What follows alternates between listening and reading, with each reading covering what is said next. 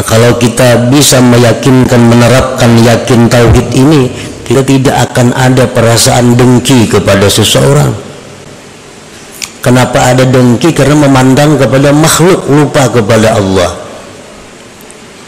Kalau kita bisa menerapkan yakin tauhid ini, kita akan bersih daripada sifat ujub. Karena ujub itu melihat kebaikan dari diri sendiri, lupa kepada Allah. Bismillahirrahmanirrahim.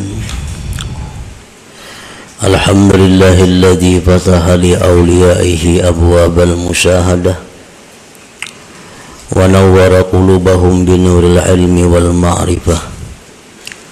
Asyhadu an la ilaha illallah wahdahu la syarika lah wa asyhadu anna sayyidana Muhammadan abduhu wa rasuluhu rahmah.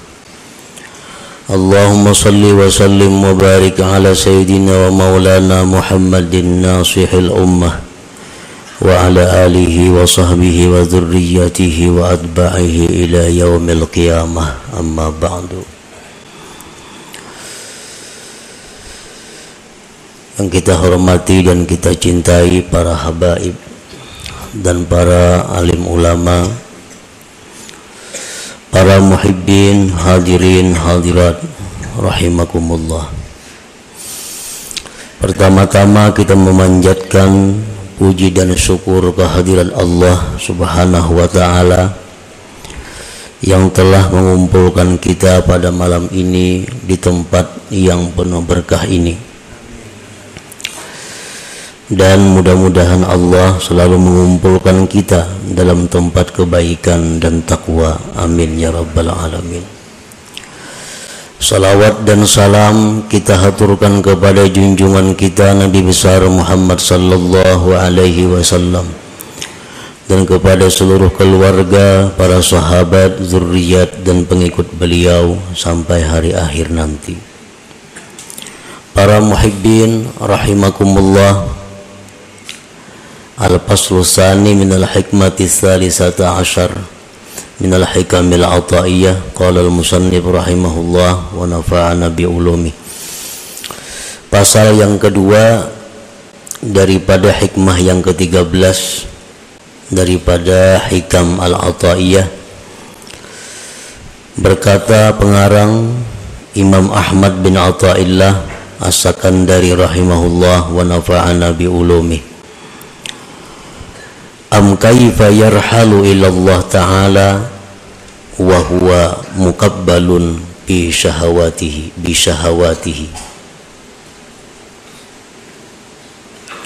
Am kaifa yarhalu ila Allah wa huwa muqabbalun bi syahawatihi, yang artinya, atau bagaimanakah hati seseorang itu bisa berangkat kepada Allah Ta'ala,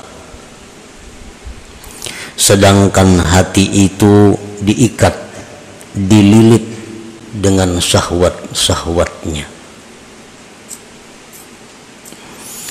Bagaimanakah hati itu bisa berangkat kepada Allah, sedangkan dia diikat, dipasung dengan syahwat-syahwatnya. Maksudnya adalah la yataraqqa qalbun min alamis syakki ila alamil yakin wa huwa mutaqayyadun bis syahawat. Tidaklah mungkin, tidaklah naik hati seseorang dari alam keraguan-raguan kepada alam yakin, sedangkan hati itu terkait pada keinginan-keinginan nafsunya. Nah, para muhibbin rahimakumullah, sebagian manusia ada yang hatinya itu masih berada di alam syak, alam keraguan-raguan. Dan hati yang berada di alam ragu-ragu itu tidak akan bisa naik kepada alam yakin kalau hati tersebut masih terikat, terkait dengan keinginan-keinginan nafsunya. Para muhibbin rahimakumullah, kita meyakini dengan seyakin-yakinnya dalam pengakuan kita bahwa kita ini akan mati. Itu pengakuan kita. Tetapi pada kenyataannya tingkah laku kita, akhlak perbuatan kita, seolah-olah kita ini ragu-ragu dengan kematian itu. Kita mengaku bahwa kita yakin bahwa di kubur itu ada azab, ada nikmat. Dan kita yakin dalam pengakuan kita bahwa kita satu saat akan masuk ke alam kubur itu. Tetapi pada kenyataannya dalam tingkah laku kita sehari-hari, seolah-olah kita tidak percaya kita akan masuk ke alam kubur itu. Hal ini dapat kita lihat dengan kesibukan-kesibukan kita yang sifatnya dunia, dengan pikiran-pikiran kita yang selalu terfokus untuk dunia. Itu satu bukti bahwa kita ini belum yakin akan kematian kita. Walaupun andai kata kita ditanya, kita pasti menjawab mati itu yakin. Tetapi tingkah laku kita bertentangan dengan pengakuan itu. Banyak di antara kita yang mengejar dunia tidak cukup waktu. Banyak di antara kita yang memikirkan dunia tidak cukup kepala. Arti kada cukup kepala itu napa? Seorang kada sanggup mencari pembantu-pembantu, asisten-asisten, menunjukkan kepala seorang kada cukup lagi memikirkan itu. Sabigi kepala kada cukup, maulah seekong asisten, kada cukup lagi ulah seekong pembantu lagi. Nah, yang dipikirkan apa? Semuaan adalah urusan-urusan keduniaan. Nah, padahal ini mengaku dia yakin akan mati, yakin. Tetapi tingkah lakunya tersebut menunjukkan bahwa dia itu ragu-ragu. Nah, ini yang dimaksud dengan bahwa tidak bisa naik hati daripada alam ragu-ragu kepada alam yakin kalau hati itu masih terikat dengan keinginan-keinginan nafsunya, dengan keinginan-keinginan syahwatnya. Nah, para muhibbin rahimakumullah, yanqasimul yakin ila arba'ati aqsam. Yakin itu ada 4 macam. Ini yang mesti kita datangi, ini yang mesti kita tempati, ini yang mesti kita naiki, supaya hati kita jangan diam pada alam ragu-ragu ini, naik kepada alam yakin. Yang pertama, al-yakin bitauhid, yakin pada tauhid. Yakin pada tauhid itu artinya adalah an la yaral asya kullaha illa minallah musabbibil asbab fala yaltafitu wa la yata'allaqu wa la yastanidu ilal asbab.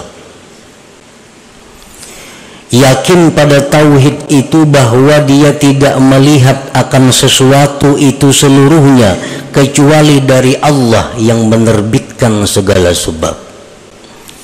Maka dia tidak menoleh kepada sebab, tidak berpegang kepada sebab, dan tidak bersandar kepada sebab. Nah, ini orang yang yakin dalam tauhidnya. Bukan meniadakan asbab, bukan membuang asbab, tetapi dia tidak bersandar kepada asbab. hatinya kada bergantung kepada asbab, hatinya kada menulih kepada asbab.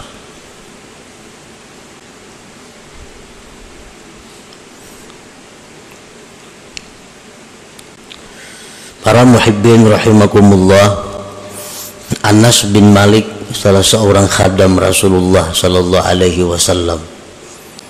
Anas ini berkata, 10 tahun aku berkhadam kepada Rasulullah, jadi pembantu beliau. Beliau tidak pernah menyalahkan aku. Kenapa engkau tidak begini? Kalau engkau begini, niscaya tidak begini. Nah, bahasa kitanya, 10 tahun aku berkhadam kepada Rasulullah sallallahu alaihi wasallam. Rasulullah tuh kada pernah meniwas lawan aku terhadap apa yang aku kerjakan. Ini menunjukkan bahwa Rasulullah sallallahu alaihi wasallam itu tidak menulih kepada asbab. Ini Anas adalah asbab. Asbab yang bisa mendatangkan kesenangan kalau pas lawan yang kita maksud, asbab yang bisa mendatangkan kekecewaan kalau kada pas dengan yang kita maksud.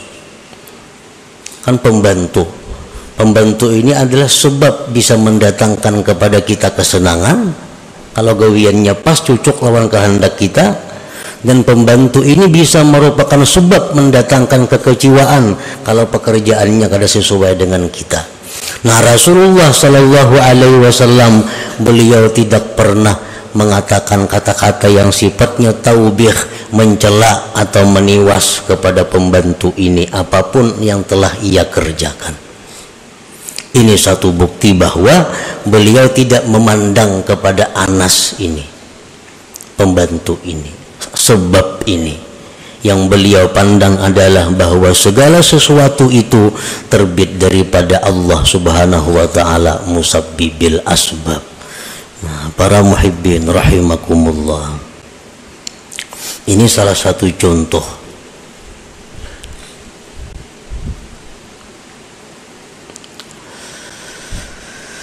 Nah, jadi yakin yang pertama adalah yakin pada tauhid.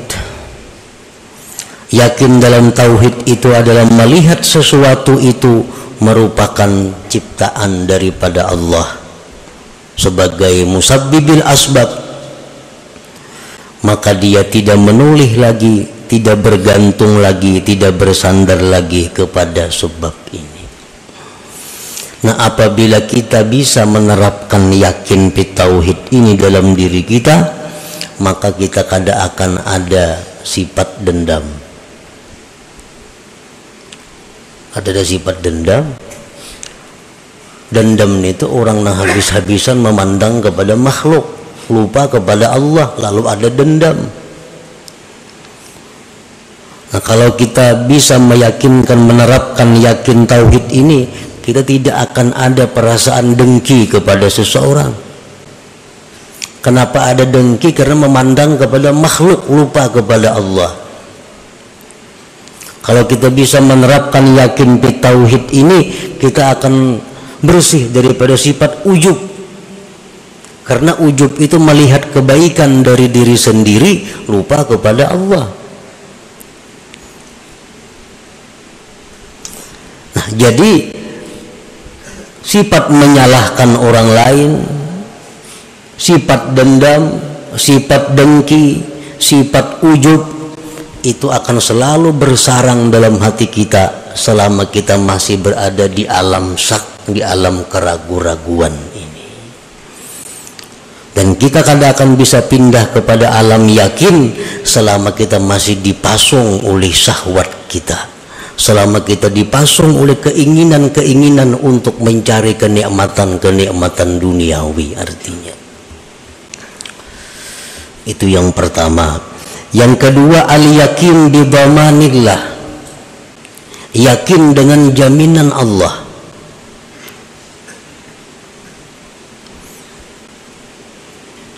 Fala yahtammu birrizqi, maka dia tidak risau dengan rezekinya. li'anna ma qaddara lahu yasilu ilaihi wa ma la fala fayujmilu fi talabihi, karena dia yakin bahwa yang ditakdirkan baginya itu pasti sampai kepadanya, dan yang tidak ditakdirkan tidak akan sampai kepadanya, maka dia baik elok pada mencari rezeki itu.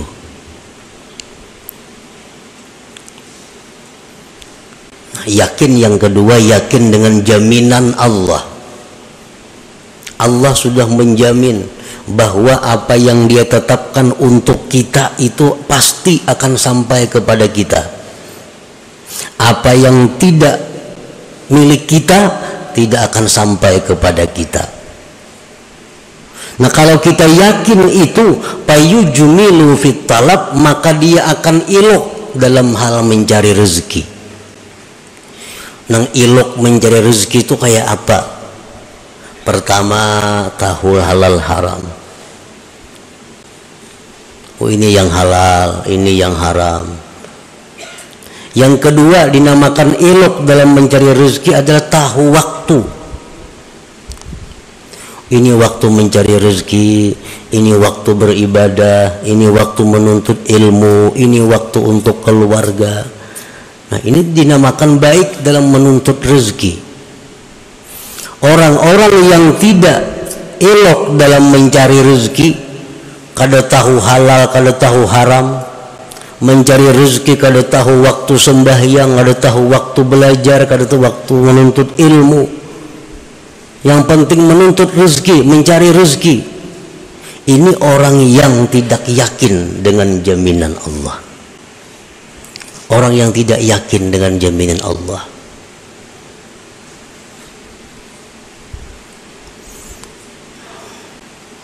Kalau orang yakin dengan jaminan Allah, dia pasti elok mencari rezeki.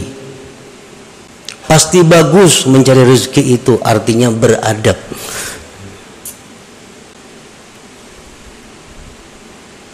Yang ketiga, al-yakin bil jaza, yakin pada balasan Allah. Bi anna ma ya'malu mithqala dzarratin min khairin aw syarrin fasayarah fayajtahidu fit ta'ah. Yakin pada balasan, dengan bahwa yang ia kerjakan seberat biji sesawi dari kebaikan atau kejahatan, maka dia akan lihat balasannya, maka dia bersungguh-sungguh dalam taat.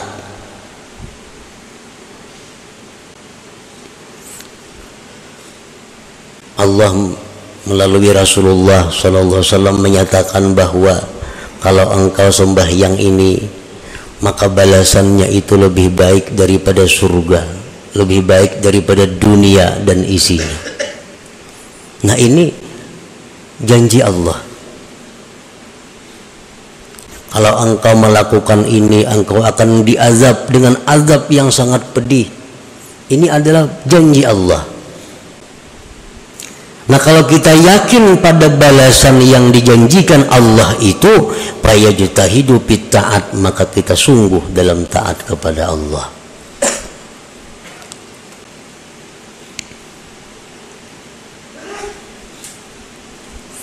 Kenapa kita kadang melaksanakan perintah Allah padahal Allah sudah menjanjikan surga? Kenapa kita masih melanggar hukum Allah padahal Allah sudah menjanjikan neraka? Kalau engkau berzina, neraka ini. Kalau engkau riba, neraka ini. Kalau engkau zalim, neraka ini. Tapi kenapa masih dilakukan? Karena kita masih berada di alam syak, di alam ragu-ragu tadi, belum yakin tentang apa yang dijanjikan Allah itu. Walaupun andai kata ditanya, pasti Bapak dah yakin, tapi kenyataannya, praktiknya belum yakin. Nah, yang keempat, al-yakin bi anna Allah muttali'un alaih, yakin bahwa Allah mengawasi atasnya, yakin bahwa Allah selalu menilik atasnya. Fayata'addabu fi jami' ahwali, maka dia beradab pada sekalian keadaannya,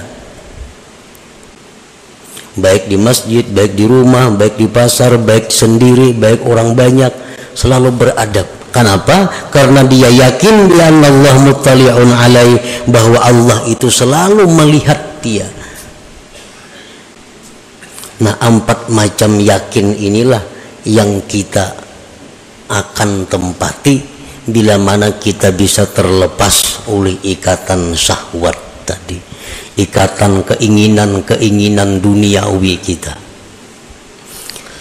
Nah, artinya adalah bahwa selama kita berada di alam syak, di alam ragu-ragu, di alam yang mana kita sibuk meluluskan kehendak nafsu kita kada akan bisa yakin di tauhid, kita kada akan bisa yakin dengan jaminan Allah, kita kada akan bisa yakin pada balasan Allah, kita kada akan yakin bahwa Allah selalu mengawasi kita, kada kawa yakin. Nah, itulah kurang lebihnya yang dimaksud dengan perkataan Imam Ahmad ibnu Athaillah tadi, am kaifa yarhalu ila Allah Ta'ala wa huwa muqabbalun bi syahawatihi. Artinya selama kita masih memikirkan terus menerus urusan kenikmatan dunia, kelezatan duniawi, itu aja yang kita pikirkan sehari-hari ini, maka kita akan ketinggalan di alam keraguan-raguan, kita kada akan bisa naik ke alam yakin. Para muhibbin rahimakumullah, al-faslu tsani minha, pasal yang kedua daripada hikmah yang ke-13, am kaifa yatma'u ay yadkhula hadratallah wa huwa lam yatatahhar min janabati ghafalati. Atau bagaimanakah ingin itu hati, bagaimanakah ingin itu hati masuk ke hadirat Allah, sedangkan hati itu belum suci dari junub kelingahannya, kelalaiannya. Nah, artinya adalah la yumkinu qalbun ay yushahidallah walau adna musyahadah wa huwa yatalawwathu bil qazurat ka hubbid dunya. Tidak mungkin hati kita itu bisa musyahadah kepada Allah, walaupun musyahadah yang paling rendah, kada akan mungkin selama hati kita itu masih bercelumur dengan kotoran-kotoran seperti mencintai dunia ini. Sekurang-kurang musyahadah itu adalah musyahadah fi'lullah. Itu sekurang-kurang musyahadah. Artinya apa? Dia menyaksikan dengan mata hati bahwa yang ada ini merupakan perbuatan Allah. Itu musyahadah yang paling rendah. Itu pun kada akan bisa kita rasakan selama hati kita masih bercelumur dengan dosa, dengan berbagai macam kotoran-kotoran maksiat.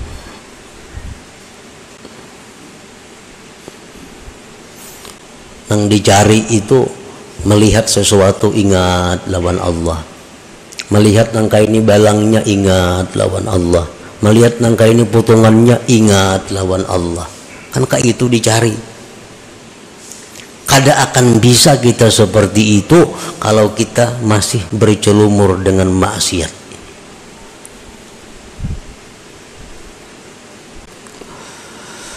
Fakama yumna'ul junub ay yadkhulal masjid, fakadzalika yumna'u qalbun mutalawisun bizunub ay yadkhula hadratullah ta'ala. Sebagaimana dilarang orang yang junub itu masuk masjid, demikian pula dilarang hati yang kotor, yang bercelumur dosa masuk ke hadirat Allah Subhanahu wa ta'ala. Padahal sudah aja belajar kitab ini tamat, kitab tasawuf ini tamat, kitab tasawuf bermacam-macam kitab tasawuf sudah tamat dipelajari, tapi pada kenyataannya kada kawa mempraktikkan. Bila melihat sesuatu itu ingat lawan nama ulah. Melihat apa ingat lawan nama ulah, melihat apa ingat lawan nama ulah. Kada kawa mempraktikkan itu. Kenapa? Sebabnya karena hati kita dilarang masuk ke area itu. Hati kita belum bersih untuk bisa masuk ke sana. Sebagaimana orang haid, orang junub kada boleh masuk masjid, maka hati-hati yang kotor pun kada akan bisa masuk ke hadirat Allah Subhanahu wa taala. Nah, hati yang berada di hadirat Allah itulah hati yang selalu ingat kepada Allah.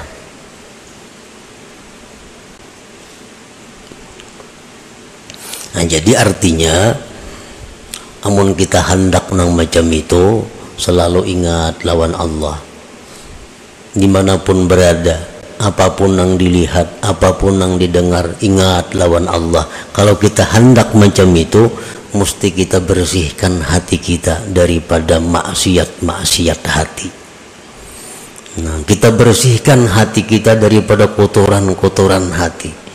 Bila sudah kita bersihkan, maka seapa bersihnya, seitulah kita akan bisa masuk ke alam hadratullah tadi. Al-Faslur Rabi' minha, pasal yang keempat daripada hikmah yang ke-13 yang terakhir. Am kaifa yarju ayyafhama daqa'iqal asrar wa huwa lam yatub min hafawatihi. Atau bagaimanakah dia berharap mempaham rahasia-rahasia yang halus-halus sedangkan dia belum tobat daripada dosa-dosanya. Artinya la yafhamu qalbun, tidak paham itu hati al-ulumat daqiqah, akan ilmu yang halus-halus. Allati taridu 'alal arifin, yang mendatang itu ilmu atas orang-orang arif. Wa huwa yusirru 'alal maksiat, dia masih mengekali kemaksiatan. Kalau kau mempaham perkataan-perkataan orang arif, apalagi Al-Quran, kalamullah, apalagi kalam Rasul, hadis-hadis Nabi, dia kada akan bisa paham kalau dia masih melakukan maksiat kepada Allah, kalau dia tidak tobat daripada kemaksiatan. La yafhamu qalbun ala ulumad daqiqah, tidak akan bisa mengerti itu hati akan ilmu nang halus-halus. Kitab hikam termasuk kitab yang dianggap sebagai ilmu yang halus-halus.